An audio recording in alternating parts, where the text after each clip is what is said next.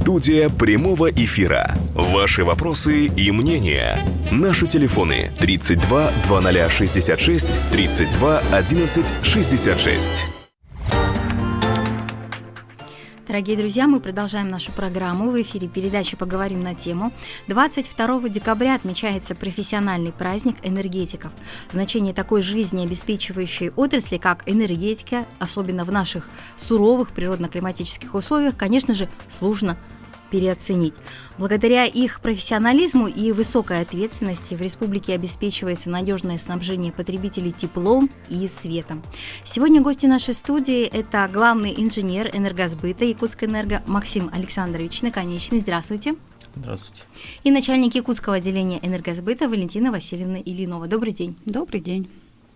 Дорогие друзья, напоминаем, что мы работаем в прямом эфире. Телефоны нашей студии 32 2066 32 11 66. Пожалуйста, звоните и присоединяйтесь к нашему разговору. Первый вопрос к вам, Максим Александрович. Вообще, чем знаменателен уходящий год для энергосбыта? Давайте, наверное, прежде всего хотелось бы сказать, что энергосбыт – это филиал Якутскэнерго, который занимается реализацией услуг компании, потребителям, учреждениям, предприятиям. Можно так сказать, это какой-то энергомагазин республики, так можно даже сказать. У нас следующие, так скажем, услуги – это реализация электрической энергии, тепловой энергии, и ГВС в городе Якутске. Обслуживаем мы всю зону республики за исключением территории Сахаэнерго. Там у нас Сахаэнерго реализацией занимается самостоятельно. Самое такое важное событие, наверное, которое было в этом уходящем годе, присоединение якутской энергетики к неценовой зоне оптового рынка Дальнего Востока. Наконец-то наша территория республики перестала быть изолированной от общероссийской сети. Мы, скажем так, присоединились двумя линиями центральной, можно так сказать, остальной части России, это у нас через подстанцию Майя в центральном энергорайоне, и через линию 220 киловольт от Ленска до Пеледуй и далее в Иркутскую область, тоже 220 киловольт. Это знаменательное событие, которое повышает надежность энергоснабжения нашей республики, вне зависимости, как говорится, от возможных каких-то форс-мажорных ситуаций. И это, естественно, немного повлияло на наши взаимоотношения с нашими потребителями. Сейчас у нас тариф стал, так скажем, плавающий, он ежемесячно меняется в зависимости от условий оптового рынка. До юридических лиц он доводится своевременно, через сайты официальные, грубо говоря. Для физических лиц практически ничего не поменялось. Физические лица получили только, можно сказать, надежность энергоснабжения. Мы, являясь фронт-офисом, так скажем, компании, постоянно взаимодействуем с потребителями, то есть все вопросы потребителей к Якутскэнерго в основном адресуются через энергосбыт. А с потребителями у нас, это все-таки в большей мере очень хорошие взаимопонимания, взаимоотношения. Потребители у нас в основном все-таки в основной своей массе добросовестные плательщики. Далее, что можно сказать, в честь этого у нас всегда есть так называемые акции для юридических лиц. Надежный партнер, ежегодная акция наша. А для физических лиц у нас есть такая акция, как удачный платеж. О них мы поговорим чуть позже, да? Валентина Васильевна, в 2019 году в Якутске многие жилые многоквартирные дома были переведены на прямые расчеты с Якутскэнерго. Вообще, что такое прямые договоры? Давайте напомним нашим слушателям, либо объясним тем, кто не знает. В апреле 2018 года вступили в силу изменения в жилищный кодекс, которые ввели понятие «прямой договор». До этого у нас существовало понятие «прямые расчеты» как раз, когда потребители, приняв соответствующее решение, могли вносить плату в кассу Якутскэнерго, но при этом считалось, что они исполняют свои обязательства перед исполнителем коммунальной услуги, которая была либо ТСЖ, либо управляющая организация, либо кооператив. При принятии решения об изменении этой схемы, то есть о введении такого понятия, как прямые договоры, собственно, договор между потребителем и ресурсоснабжающей организацией заключается. То есть исполнитель коммунальной услуги, он хоть и участвует в этом процессе, да, то есть есть некоторые нюансы, когда он, допустим, передает показания приборов учета, предоставляет иные сведения, необходимые для расчета размера платы, но тем не менее договор заключается напрямую. Вот это главное принципиальное отличие. Соответственно, в 2018 году мы начали перевод населения по их волеизъявлению, да, когда к нам приходили протоколы общего собрания. И в 2019 году эту работу продолжили. В 2019 году порядка 200 домов мы таким образом перевели на прямые договоры. А вообще какова процедура, как заключить прямой договор с поставщиком? Нельзя заключить индивидуальный, скажем так, договор. То есть для этого в любом случае весь дом переводится на прямые договоры. Но согласитесь, что если бы это было не так, то была бы полная неразбериха. Да? Кто-то платит в управляющую организацию, кто-то платит ресурснику. Так быть не должно. И поэтому законодатель установил, что такое решение принимается общим собранием собственников помещений. Либо такое же решение может принять ресурсоснабжающая организация самостоятельно, если у управляющей организации либо товарищества есть задолженность, которая превышает 2 расчетных периода, то есть 2 средних, скажем так, начисления. Если такие условия сложились, то ресурсник, опять же, это не обязанность, а право, но может принять решение о том, что он будет заключать с потребителями прямые договоры. В этом случае мы уведомляем управляющую организацию, мы уведомляем население, мы уведомляем управление государственного строительного и жилищного надзора. И обычно это бывает немножко заблаговременно. То есть если по нашей инициативе мы это делаем за месяц как минимум, а если это происходит по инициативе собственников, то тогда схема немножко другая, к нам поступает уведомление. Мы, как ресурсоснабжающая организация, по закону имеем право отсрочить выполнение этого решения, то есть подготовиться к нему. И максимальная отсрочка бывает 3 месяца. Иногда мы берем через месяц, иногда мы берем чуть-чуть пораньше. И чуть-чуть попозже, прошу прощения.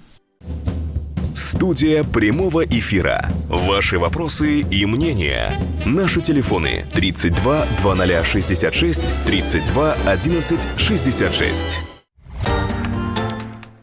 Дорогие друзья, мы продолжаем нашу программу. Накануне профессионального праздника энергетиков 22 декабря мы пригласили в нашу студию гостей. Это главный инженер энергосбыта Якутскэнерго Максим Александрович Наконечный и начальник Якутского отделения энергосбыта Валентина Васильевна Ильинова.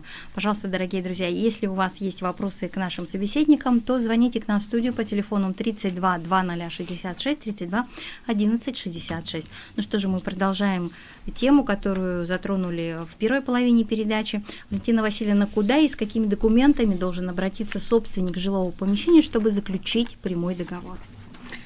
По общему правилу собственник обращается в наш центр обслуживания потребителей Федора Попова, 21 в городе Якутске.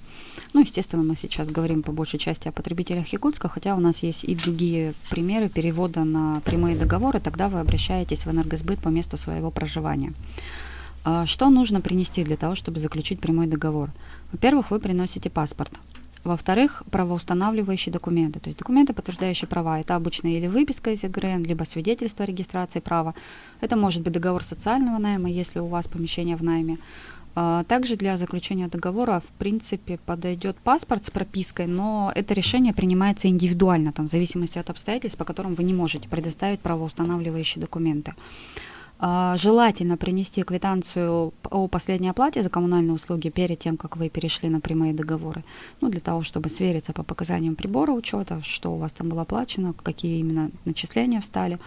И желательно бы принести, собственно, показания, но тут тоже индивидуально, потому что управляющие организации по большей части предоставляют нам такие сведения массово, мы их запрашиваем при переходе на прямые договоры, и по каждой квартире нам их дают. Но не все управляющие организации и товарищества одинаково идут навстречу хорошо, поэтому лучше все-таки принести этот документ для того, чтобы можно было свериться. Хорошо. Поступают вопросы наших слушателей, спрашивают. Мы, жители Новопортовского микрорайона, в частности частного сектора по улице Барахова, обеспокоены отключением электричества в зимнее время суток. Например, в начале декабря у нас ушел свет на 3,5 часа, и в результате чуть не заморозили дома. И не у всех имеются генераторы. И думаем, впредь вот такое не случится. Понятно, что обеспокоенность есть наших радиослушателей все-таки зимнее. Давайте, наверное, я отвечу на этот вопрос. Ну, в вопросе непонятна, конечно, причина отключения, то есть это были плановые ремонтные работы, либо ремонтно-восстановительные работы после аварии. Жители не предупредили. Ну, понятно. Ну, если это были, например, ремонтно-восстановительные работы, естественно, мы предупредить не можем, если там была авария, да. Но смысл-то в чем, на самом деле? Если у потребителей есть энергозависимое оборудование, то у него в обязанности это уведомить, во-первых, энергоснабжающую организацию о том, что у него есть энергозависимое оборудование, чтобы его отнесли к определенной категории потребителей, которым ограничение не может превышать суток во время, ну, грубо говоря, холодов. Да? Вот. Но при этом, если законодательство устанавливает, что не более суток, то в эти сутки он должен сам себя обеспечить ну, каким-то резервным питанием. То есть, ну, уважаемые граждане, как бы там ни было, от форс-мажора никто не огражден, да? Если у вас есть независимое отопление, которое зависит от электричества, и в случае возможности, да, аварийных, непредвиденных ситуаций, вы должны как минимум сутки себя обеспечить электричеством для того, чтобы ваш котел не остановился. То есть, ну, скажем так, ративый хозяин, да, рачительный хозяин, он купит себе генератор, как минимум, чтобы сутки у него отопление работало от генератора, потому что все-таки, наверное, купить генератор небольшой мощности для поддержания котла это намного дешевле, чем, ну, восстанавливать полную систему отопления. То есть тут даже можно так сказать, что это право, конечно, потребителя, купить себе генератор или нет, но нет у нас, скажем, такой обязанности обеспечивать потребителя энергоснабжением в любой ситуации, если есть аварийные ситуации. То есть, ну, все, что может произойти, все что угодно. Никто же этого не застрахован. Хорошо, дорогие друзья, напоминаем, что мы работаем в прямом эфире. В студии у нас находятся сотрудники Якутского отделения энергосбыта. Пожалуйста, если у вас есть вопросы, звоните по телефонам 32 2066, 32 11 66. Еще один вопрос поступил. Жители Хатасов спрашивают, которые проживают по улице Каландрашвили. Часто уходит свет, особенно если подует ветер, и ночью уходит свет. Вот почему такое происходит? Это старые сети? Если да, то подлежат ли они замене? Хотелось бы тоже ответить на этот вопрос, скажем, таким образом. Напоминаю, что все-таки энергосбыт это больше фронт-офис, мы больше продажники, да, за сети, ну, напрямую у нас отвечают сетевые предприятия, но коли мы здесь, и мы как бы должны отвечать на вопросы потребителей, ну, тут опять же вопрос следующего характера. Сети, ну, чьи? Если сети ПАО «Якутскэнерго» и ненадлежащего состояния, да, то да, это наша проблема, и мы обязаны ее устранить. Но если это сети безхозяйные, либо принадлежат, скажем, администрации поселка Хатас, то это должны они привести в соответствие эти сети. А у нас телефонные звонки, давайте их примем. Алло, добрый день, слушаем вас. Алло, здравствуйте. Здравствуйте. Я житель города Якутска. Беспокоится. С наступающим праздником энергетиков, с наступающим Новым годом. У меня такой вопрос. 40 лет Победы, дачный СОС. Я оплачиваю за электроэнергию кассиру СОТа. Могу ли я перенести, допустим, оплату вот именно в городской этот энергосбыт? Хорошо, мы поняли ваш вопрос. Еще один телефонный звонок. Алло, добрый день, слушаем вас.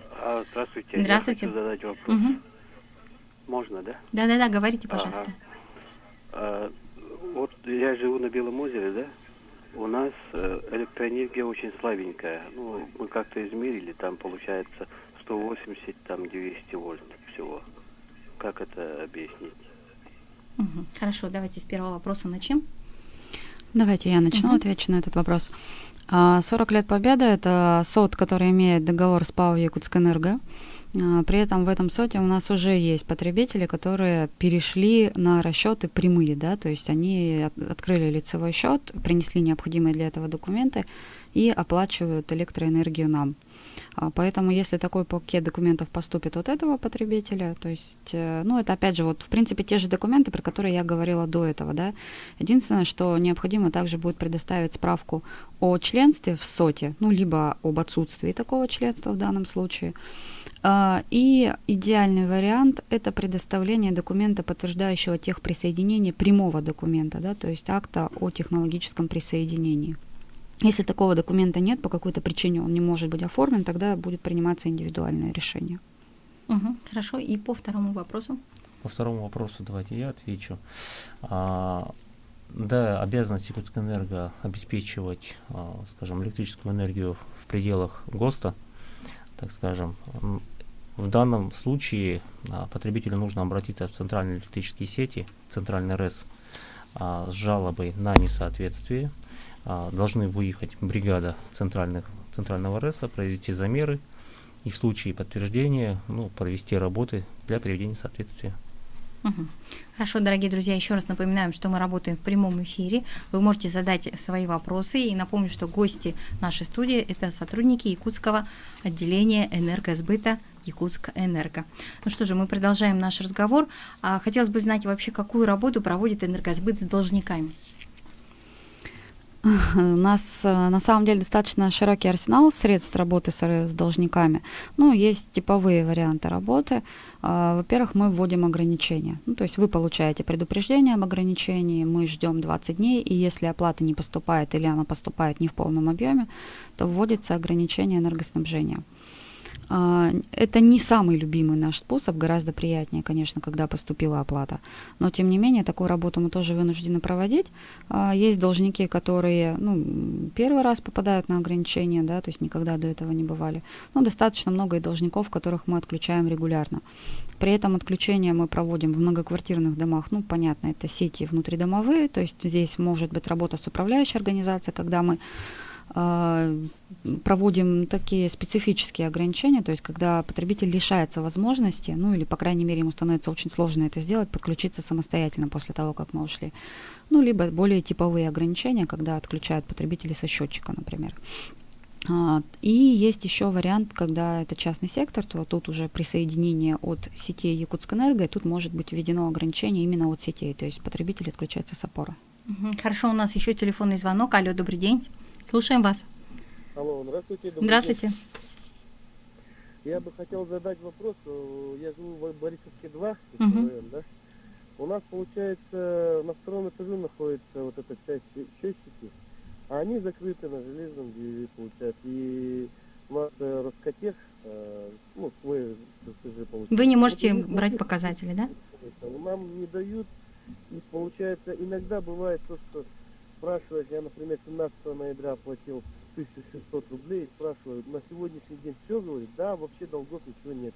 И через месяц, 10 декабря, говорят, что ты должен 4200 рублей. И получается, я за месяц так расплачиваю. Я вообще не могу понять. Они нам вообще не дают. Почему так? Хорошо, мы поняли ваш вопрос. Еще один звонок примем от наших слушателей. Алло, добрый день.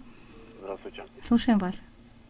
Я насчет отключения электричества. Управляющие компании имеют право отключить электроэнергию, если имеется задолженность за коммунальные услуги долг? Хорошо. Давайте, наверное, с предыдущего вопроса начнем, да? Да, по Борисовке второй. Борисовке. Действительно, дома там специфические, приборы учета стоят необычно, да, для города Якутска.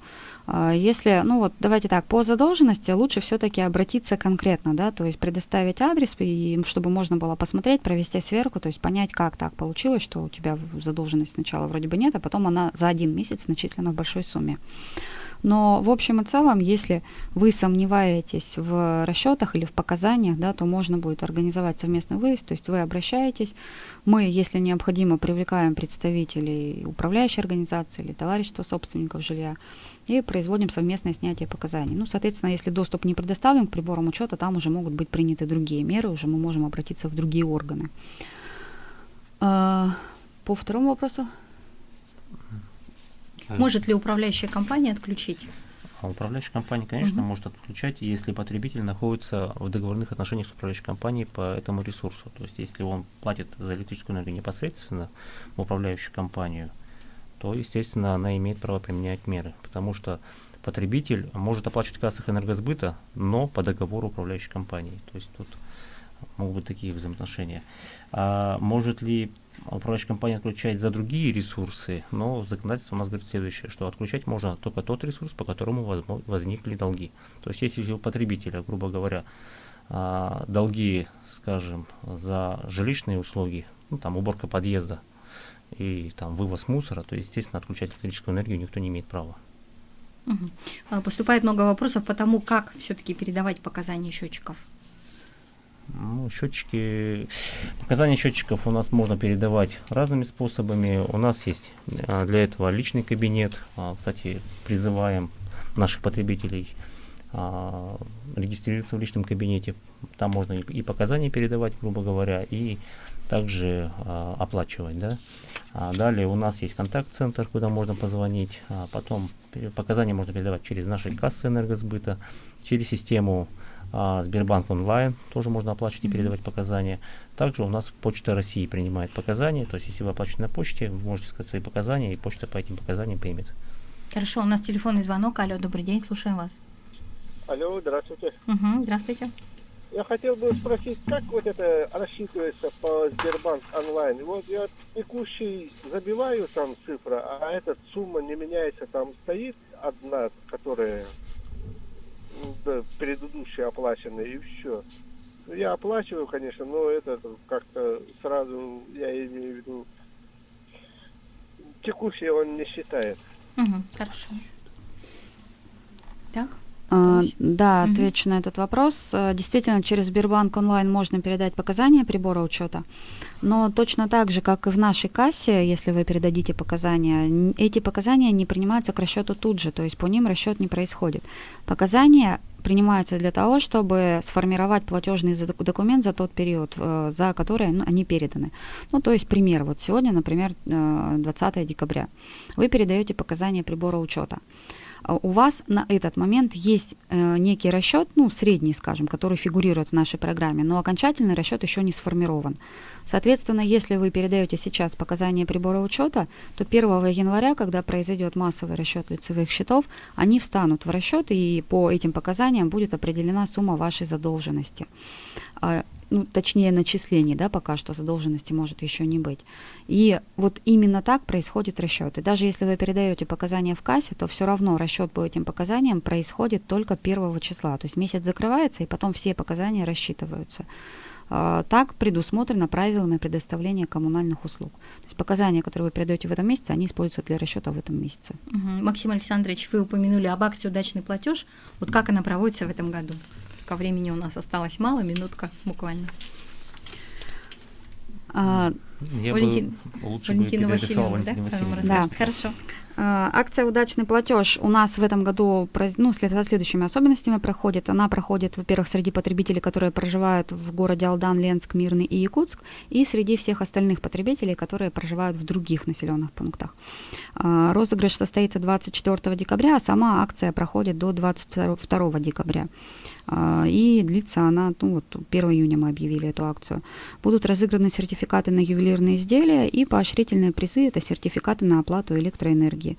Результаты мы разместим на сайте Якутскэнерго. Поэтому я призываю всех платить вовремя, у вас есть шанс выиграть призы. В этом году будут платежи без пени проводиться? Да, эта акция проходит до 31 декабря, в том числе 31 декабря еще можно будет заплатить долги без пеней.